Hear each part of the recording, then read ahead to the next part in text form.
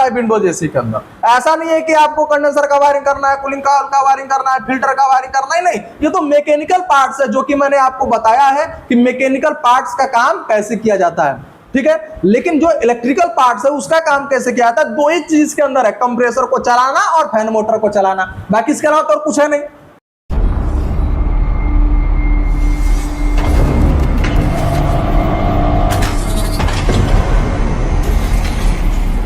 आज के इस वीडियो में आप सभी लोगों का स्वागत है। आज के इस वीडियो में आपको बताऊंगा कि एसी का वायरिंग कैसे करते हैं, ठीक है। यानी एसी का वायरिंग कैसे करते हैं, ये पूरा फुल प्रैक्टिकल हमारा चलने वाला है। और देख सकते हैं हमारे पास में सभी स्टूडेंट हमारे हैं। आप लोग बताइए यहाँ पे पूरा फुल प्रैक्टिकल दिया जाता है कि नहीं? आप लोग काम सीख रहे हैं अच्छे से?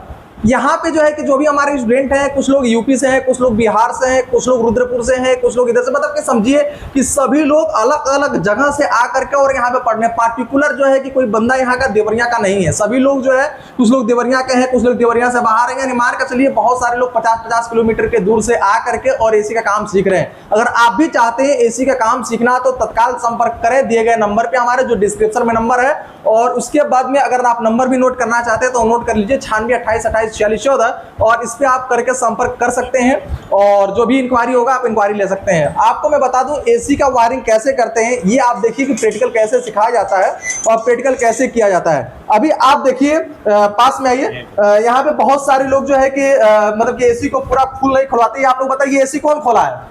हम तो नहीं खोले हैं ना, आप लोग खुद खोले हैं। और इसके अंदर आप देखिए इसके ऊपर का कवर चाहे इधर का कवर कौन खोला है? हम लोग, आप ही लोग खोले हैं। और इसको सर्विस कौन किया है? हम तो यहाँ पर थे नहीं। यानी यहाँ पे जितना काम था अभी हमने जो है जो भी काम कराना था हमको, मैंने वो काम कराया और उसके बाद से बच्चों ने जो है इसका वायरिंग खोला, वायरिंग किया। वायरिंग कौन किया? ये हम लोग। वायरिंग सही है ना? यानी हमने जो है कि सिर्फ एक बार हमने बताया कि आपको वायरिंग इस तरीके से करना है और लड़कों ने वायरिंग उस तरीके से किया, ठीक है। और उसके बाद से इसका सर्विस भी मैं नहीं कराया हूं, बच्चों ने ही इसका सर्विस किया है खुद से। तो आप ये सोचिए कि जो लड़का अपना मेहनत खुद ही करना चालू कर देगा तो 100% है कि वो काम कर पाएगा और अच्छे से वो काम करेगा। तो आप सोचिए कि पूरे देवरिया में नंबर 1 ट्रेनिंग दिया जा रहा है यहाँ पे। आप आकर के प्रैक्टिकल करिए, कुछ मत करिए। आपको हमारे वहाँ एडमिशन कराने की जरूरत नहीं है, आपको फीस देने की जरूरत नहीं है। आइए एक हफ्ता फ्री में हमारे वहाँ पढ़िए, अगर आपको अच्छा लगे तब जाकर के एडमिशन कराइएगा, अन्यथा आप सब समाज में बोलते रहिए कि वहाँ पर अच्छा से काम नहीं सिखाया जाता है। नाम के ऊपर ना जाए कि उनका नाम बहुत बड़ा है, वहाँ पर जाएंगे सीखेंगे, ये बिल्कुल भी नहीं। आप आइए हमारे वहाँ बहुत कम फीस में आपको एसी काम सिखाया जाता है। और कितना महीने में बोला हूँ सिखाने के लिए? 3 से 4 महीने में।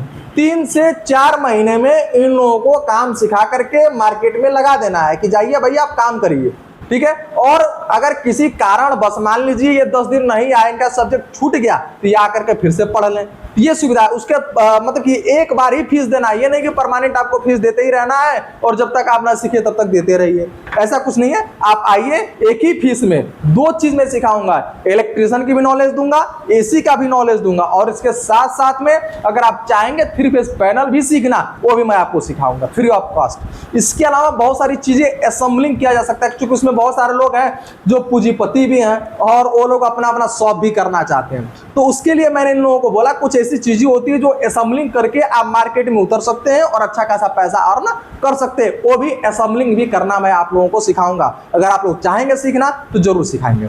अब आइए वायरिंग के ऊपर आते हैं कि वायरिंग कैसे किया जाता है, एसी का वायरिंग कैसे करते हैं। हम अपने वायरिंग की तरफ में कि विंडोज एसी का वायरिंग कैसे करते हैं और विंडो एसी को कैसे चलाते हैं, इन सब चीजों को लेकर के। तो आइए यहाँ पर दिखा दें आपको विंडो एसी के अंदर क्या क्या सामान होते हैं। सबसे पहले देखिए, सबसे मुख्य आपका चीज होता है, ये होता है कंप्रेसर। यानी कंप्रेसर का आपको गलत कनेक्शन नहीं करना है, उसके लिए आप सीआरएस जरूर चेक कर लीजिए। और सीआरएस का वीडियो हमारा ऑलरेडी पड़ा हुआ है 2-3 दिन पहले का, वहां पे आप जाकर के जरूर चेक करिए कि सीआरएस कैसे चेक करते हैं, ठीक है। इसका कनेक्शन बिल्कुल गलत नहीं होना चाहिए, ठीक है। तो आप कंप्रेसर का वायरिंग और इसमें फैन मोटर का वायरिंग, ये 2 ही चीजों का बस वायरिंग ही करना होता है विंडोज एसी के अंदर। ऐसा नहीं है कि आपको कंडेंसर का वायरिंग करना है, कूलिंग का वायरिंग करना है, फिल्टर का वायरिंग करना है, नहीं, ये तो मैकेनिकल पार्ट्स है जो कि मैंने आपको बताया है कि मैकेनिकल पार्ट्स का काम कैसे किया जाता है, ठीक है। लेकिन जो इलेक्ट्रिकल पार्ट्स है उसका काम कैसे किया जाता है, 2 ही चीज के अंदर है, कंप्रेसर को चलाना और फैन मोटर को चलाना, बाकी इसके अलावा तो और कुछ है नहीं।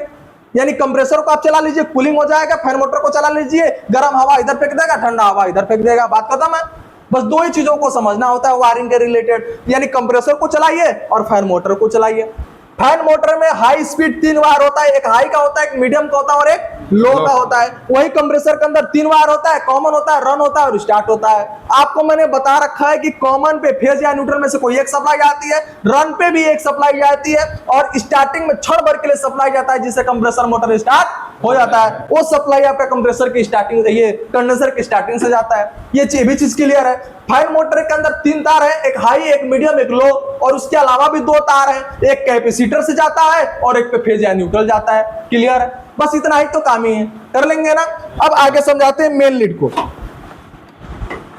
अब देखिए, ये है अपना रिमोट किट और रिमोट किट का ये है आपका डिस्प्ले। ठीक है, तो ये जो अपना रिमोट किट है इसके अंदर 3 तार होता है। कौन कौन सा? एक फेस, एक न्यूट्रल और एक अर्थ। ठीक है, ये वाली जो तार है वो अर्थिंग की वायर है, ये वाली आपकी वायर कौन सी है? अर्थिंग की वायर है, और ये आपका न्यूट्रल है और ये आपका फेज है। ठीक है, अब देखिए ये जो फेस है अपना, जैसा कि मैंने आपको दिखाया, रिमोट किट पे ध्यान दीजिए, यहाँ पे लिखा हुआ है फेस, यानी ये आपका जो फेस का तार है किस पे चला जाएगा? फेस वाले पे। और यहाँ पे लिखा हुआ है कंप्रेसर, लिखा हुआ ना। अब यहाँ से देखिए ये चला जाता है कंप्रेसर के कॉमन पे। ठीक है, यानी ये जो फेस सप्लाई है ये आपका रिमोट किट पे आया और रिमोट किट से निकल करके चला गया कंप्रेसर के कॉमन पे। ये चीजें क्लियर हो गई। यानी अब इसके रन पे एक सप्लाई चाहिए होगा जिससे ये आपका सप्लाई इसके पास पहुंच जाएगा। अब देखिए ये आपका जो न्यूट्रल है, न्यूट्रल पॉइंट कैपेसिटर पे आ गया और ये न्यूट्रल जो है कैपेसिटर पे आ गया और यहीं से देखिए 4 कनेक्शन निकल जा रहा है। एक न्यूट्रल पॉइंट ये आपका निकल करके न्यूट्रल पॉइंट पे चला गया, चूंकि कीट अगर न्यूट्रल नहीं पाएगा तो कीट आपका काम नहीं करेगा। और एक न्यूट्रल निकल करके फैन मोटर पे चला गया, फैन मोटर भी न्यूट्रल पा गया, और एक न्यूट्रल निकल करके आप देखिए ये कंप्रेसर के रन पे चला गया, यानी ब्लैक तार कंप्रेसर के रन पे चला गया। अब बस इसको स्टार्टिंग चाहिए। ठीक है, अब देखिए स्टार्टिंग सप्लाई अब कैपेसिटर के हाई पॉइंट से निकल करके ये कंप्रेसर के स्टार्टिंग पे चला गया जिससे कंप्रेसर अब स्टार्ट हो गया। ठीक है, रहा सवाल अब कंप्रेस इसका फैन मोटर का। अब देखिए फैन मोटर जो है यहां से ब्लैक वायर हाई का है, इसको हाई पर सेट कर दीजिए, ब्लू वायर मीडियम का है, इसको मीडियम पे सेट कर दीजिए, और ये आपका रेड वायर लो का है, इसको लो पे सेट कर दीजिए। रहा सवाल स्विंग मोटर का, ये आपका स्विंग मोटर है। स्विंग मोटर के अंदर 2 तार होता है, एक न्यूट्रल पॉइंट इस पे जोड़ दीजिए और फेस पॉइंट यहाँ पे स्विंग मोटर या सीएम के ये पॉइंट यहाँ पर दिया हुआ है। हो गया एसी का कनेक्शन। इतना ही तो है। कर लेंगे आप लोग? Yes sir. एसी को चला लेंगे? Yes sir. तो अब इसको जो है एसी को पूरा कसिए और इसको सेट करके अच्छे से इसके बॉक्स के अंदर फिट करिए और एसी को चालू करके इसको चालू करिए। ठीक है, चालू करके हमको दिखाएंगे ना? Yes sir. ठीक है। अगर आप भी सीखे होंगे कि इसका वायरिंग कैसे किया जाता है, या आप अगर सीखना चाहते हैं तो हमारे इंस्टीट्यूट आरडी टेक्निकल पे आकर के संपर्क कर सकते हैं। बहुत बहुत धन्यवाद।